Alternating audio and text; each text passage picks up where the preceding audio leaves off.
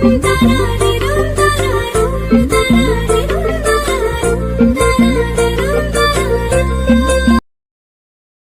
Morning, সুপ্রভাত। কেমন আছো তোমরা সবাই? আশা করি তোমরা সবাই খুব ভালো আছো। আমার আরও একটি ব্লগে তোমাদের সকলকে স্বাগত জানাচ্ছি। আর সকাল সকাল বোন চলে এসছে। আজকে আমার বাড়িতে আছে কি বলতো, সত্যনারায়ণ পুজো। ওই জন্যেই কিন্তু ওরা সকাল থেকে পৌঁছে গেছে। কলা পাতা কাটা, বেলপাতা তোলা, দুর্বা ঘাস তোলা, এগুলোই করছে। আর আমি এতক্ষণ দোকানে ছিলাম, ব্রাশ ট্রাশ করে এসে বসছি, এখনও চা খাইনি। আর ওরা বসছে, মা বাপির সবাই চা খাওয়া হয়ে গেছে। আমাদের বাড়িতে আজকে পুজো হবে, তো কেমন কি হয় তোমাদের সাথে আমি সবটাই শেয়ার করব। দেখতে থাকো আমার ব্লগটা, চলো। আমি কিন্তু এখানে বসে গেছি চা খেতে। সত্যনারায়ণ পূজায় আমি কিন্তু একদম উপোস নেই, চা খেয়েছি, ফল খেয়ে নিয়েছি। মা উপোস ছিল, মানে উপোস বলতে কি বলো তো, মানে আমি তেমনভাবে থাকিনি। চা বিস্কুট এটা সবাই খায়, খেয়ে নিয়েছি। তারপর আমি বসে গেছি কিন্তু নারকেল ছাড়াতে। সত্যনারায়ণ পূজার জন্য কিন্তু ঠাকুর পূজায় যে কোনো নারকেল লাগে, নারকেলটা ছাড়ানো ছিল না, আমি নারকেল ছাড়াতে বসে গেছি। পাশে কিন্তু বোন বসেছিল। দুটো নারকেল ছাড়ালাম, কিন্তু ঠাকুর পুজোয় একটা নারকেল লাগলো, কারণ একটা নারকেলের মধ্যে কিন্তু নারকেলের ফুল হয়ে গেছিলো, সেই জন্য একটা নারকেল কিন্তু বাদ গেছে। এত কাজ করতে করতে আমার কিন্তু প্রচুর গরম লেগে গেছে, ঘামটাম বেরিয়ে পড়েছে। এই যে দেখো আমাদের গাছের পেয়ারাগুলো কত বড় বড় হয়ে গেছে। তোমাদেরকে ওইটাই বলছিলাম যে গাছে এত পেয়ারা হয়েছে, মানে নষ্টই হচ্ছে। লোক তো কিনছে না তেমনভাবে, প্রায় সবার বাড়িতেই পেয়ারা। গাছের গোড়ায় পেয়ারা যে নষ্ট হচ্ছে। আমার বাড়িতে গরুকেও দেওয়া হয়, বা পাড়া প্রতিবেশী সবার বাড়িতেই কিন্তু পেয়ারা দিয়ে দেওয়া হয়েছে, তারপরেও কিন্তু নষ্ট হচ্ছে। জায়গাটায় কিন্তু ঠাকুর পুজো হবে। আর আমাদের এদিকে এরকমভাবেই সত্যনারায়ণ পুজো করা হয়, চৌকি পেতে। আর এখানে গঙ্গা জল, ঘি, মধু সবটাই রাখা আছে। আর বারান্দায় এই যে দেখো পাথরের বাটি, পান, কলা, শাঁখ, চন্দন, বাতি, ফল, তারপর ফুল, তারপর কলা পাতা, তার ভেতরে আরও জিনিসপত্র মা বারান্দায় সব গুছিয়ে রেখেছে। আর এখানে বড় বোন তরমুজটাও ধুয়ে নিয়ে এলো, রেখে দিচ্ছে। বৃষ্টি হয়েছে আজকে সকাল সকাল, বাইরে ভেজা, সকালবেলা একদম বৃষ্টি হয়ে গেছে। বেশ ঠান্ডা ঠান্ডা ওয়েদার, ভেজা ভেজা ওয়েদার। আর এই যে এই দেখো পুজোর সরঞ্জাম গোছানো আছে, এইখানেই কিন্তু পুজো হবে। সকালবেলায় বাড়ির কাজ বাজ, খাওয়া দাওয়া সব গুছিয়ে নিই, তারপরে কিন্তু পুজোর কাজে সবাই লেগে পড়বো, চলো। মা এদিকে ফল প্রসাদ কাটতে বসে গেছে, বিভিন্ন রকমের ফল, কমলালেবু, আপেল, যা যা হয় সত্যনারায়ণ পুজোর জন্য ওইগুলো কিন্তু কাটছে। আর আমাদের কাজ দেখো, তারপর মা কাটার পর আমি কাটতে বসছি তরমুজ। এখনই দেখতে পাবে বড় বোন বসছিল এতক্ষণ ধরে, আর ও একটা কোথাও যাবে আমাকে বলছিল, তারপর কিন্তু স্লিপ করে পড়ে গেছে। যেই পড়ে গেছে তো আমাদের তো খুবই হাসি পাচ্ছিল, ফোন চলছিল বলে ও কিন্তু ওখান থেকে পালিয়ে গেছে। আর এই তরমুজটা কাটা বাকি ছিল, ওটাই কিন্তু আমি কাটছিলাম। মা ওইদিকে কিন্তু কাজ করতে গেছিলো। এই যে ও বলতে না বলতে আবার চলে এসছে। ওরা কিন্তু সকাল থেকে আমার বাড়িতেই চলে এসছে, এখানেই স্নান করা, এইখানেই খাওয়া দাওয়া, কিন্তু সব, ওরা আর বাড়ি যায়নি।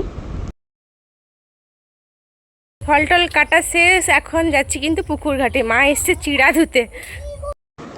আমাদের বাড়িতে আজকে কিন্তু হবে চিড়ের প্রসাদ, মানে কাঁচা চিড়েটাকে জলে ধুয়ে ওর মধ্যে কিন্তু বিভিন্ন ফলপ্রসাদ মিশিয়ে চিড়ে দিয়ে আমাদের প্রসাদ হয়। সত্যনারায়ণ পুজোয় কিন্তু এই প্রসাদই খাওয়ানো হলো আমাদের বাড়িতে। আর কিন্তু সাথে হবে সিন্নি। তো আমরা সবাই দেখো, আমি, মেজো বোন, তারপর সেজো বোন সবাই স্নান করে নিয়েছি। স্নান করে এসে এখানে বসছি, আর মিষ্টিও কিন্তু আমাদের সাথে আছে। ঠাকুরমশাই চলে এসছেন, ঠাকুরমশাই কিন্তু পুজো শুরু করে দিয়েছেন। আমাদের সত্যনারায়ণ পুজো কেমন হয় তোমরা দেখতেই পাচ্ছ।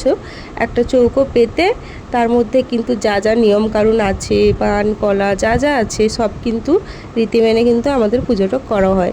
আর বাড়ির মঙ্গলের জন্য কিন্তু এই পুজোটা করা হচ্ছে। বাড়িতে যে হারে ঝামেলা, অশান্তি, খারাপ সময় যে হারে চলছে, সত্যি কথা বলছি, মানে আমাদের বাড়ির উপর দিয়ে কী যাচ্ছে সেটা আমরাই বুঝতে পারছি। ওই জন্য মা অনেক দিন ধরে ভেবেছিল যে সত্যনারায়ণ পুজো করবে। আর এখন কিন্তু সিন্নিটা মাখা হচ্ছে। আর এই পুজোয় কিন্তু সিন্নি মাস্ট। সিন্নির মধ্যে দুধ, আটা, গুড় যা যা লাগে ওগুলো কিন্তু ঠাকুরমশাই ঢেলে দিলেন। আর মিক্সটা যখন প্রসাদ বিতরণ হবে তখনই করা হবে। এই যে পুজো হচ্ছে, সবাই কিন্তু বসে দেখছি পুজোটা।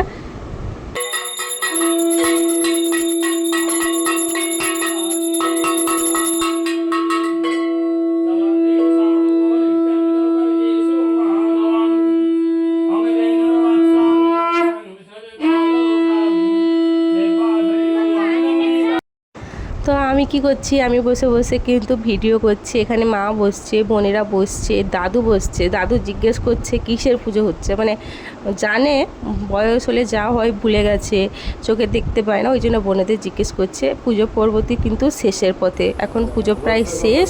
আমাদের প্রণাম হয়ে গেছে, বাপি প্রণাম করতে এসেছিল।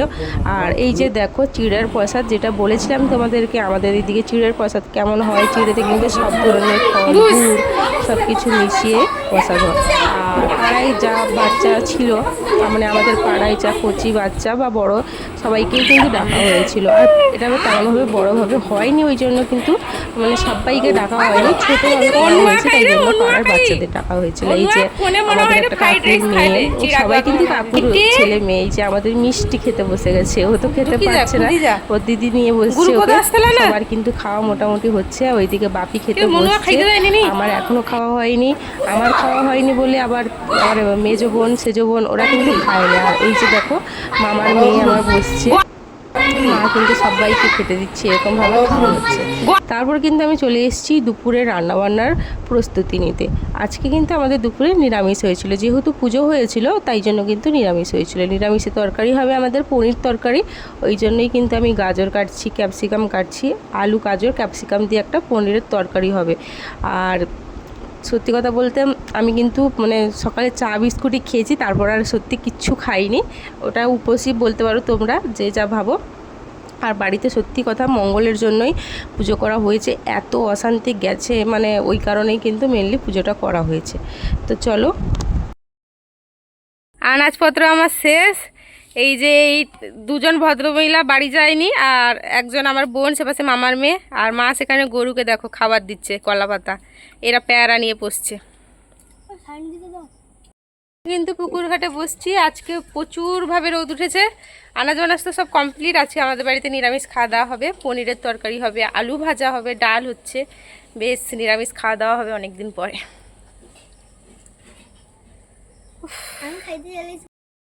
এখন বাজে ঘড়ির কাঁটায় পুরো 1:35 হয়ে গেছে, আর জোর খিদা পেয়ে গেছে। সেই সকালে চিড়া প্রসাদ খেয়েছিলাম।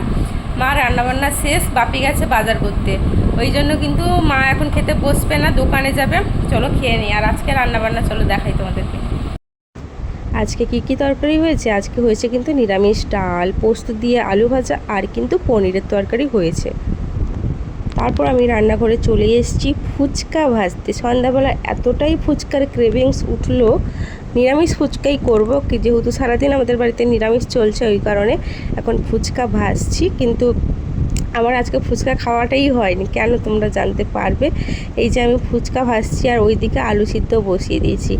আমার না আলু সিদ্ধ মানে আলু পচা থেকে গেছে একটা, আমি বুঝতেই পারিনি, মানে ধরতেই পারিনি যে আলুটা পচা, দেখেই বোঝা যায়নি। তারপর আমি যখন ফুচকা করতে গিয়ে আলুটা মাখি, আলুটা তো পচা এতক্ষণ ধরে সিদ্ধ করার পর। তারপর মা কিন্তু এসেছিলো আমাকে হেল্প করতে। আমার ফুচকাগুলো ভাজা হয়ে গেছে, আর এই ফুচকাগুলো না প্রচুর ক্রিস্পি আর পাতলা কোটিং, এত সুন্দর ফুচকা। আর এখানে আলু সেদ্ধ বসছে, গরম। আজকে পুজো হয়েছিল না, ছোলাটা আছে কাঁচা ছোলা, তাই ইচ্ছা হলো ফুচকা খাওয়ার জন্য। ফুচকাগুলো তো আমার ভাজা শেষ, এবারে টক জল বানাবো। বাড়িতে কীরকম টক জল বানাই তেঁতুল দিয়ে তোমাদের সাথে শেয়ার করছি, চলো দেখতে থাকো। আর টক জলটা কিন্তু খেতে জাস্ট হেভি হয়। ওইদিকে আলুটাও প্রায় হয়ে এলো। আর আমি ফুচকার জল কেমন তৈরি করি তোমাদের সাথে আমি শেয়ার করছি, দেখে নাও। জাস্ট এইটুকু তেঁতুল নিয়েছি, আমার জন্য যথেষ্ট। তাতে কিন্তু লবণ দিয়েছি লেবু, আর আমি কিন্তু দেব জলজিরা, জাস্ট এই কটা উপাদান। হ্যাঁ না আরেকটা উপাদান বাকি আছে, আরেকটা উপাদান হচ্ছে গিয়ে জিরে, ধনের গুঁড়ো, লঙ্কার গুঁড়ো, যেটা আমি গুঁড়ো করে রেখেছি, ওটা তো ছাড় দিলে হবেই না। এই যে আমার জল একেবারে রেডি, মানে কেউ বলবেই না জলটা যে দোকানের তৈরি নয়। এই যে আমার ফুচকাটা দেখতে পাচ্ছ। তারপর রাতে খাওয়া দাওয়া করতে বসে গেছি, বেগুনি হয়েছিল, আর ছিল আলু ভাজা, আর ওই পনিরের তরকারি। এখন রাত 10:30 মতো বাজে, খেতে বসে গেছি। মা ওইদিকে খাচ্ছে, আমি খাচ্ছি। আর আজকে বেগুনি টেগুনি করেছে। আমি এতক্ষণ ঘুমিয়ে গেছিলাম, এই উঠে এলাম, খেতে বসেছি।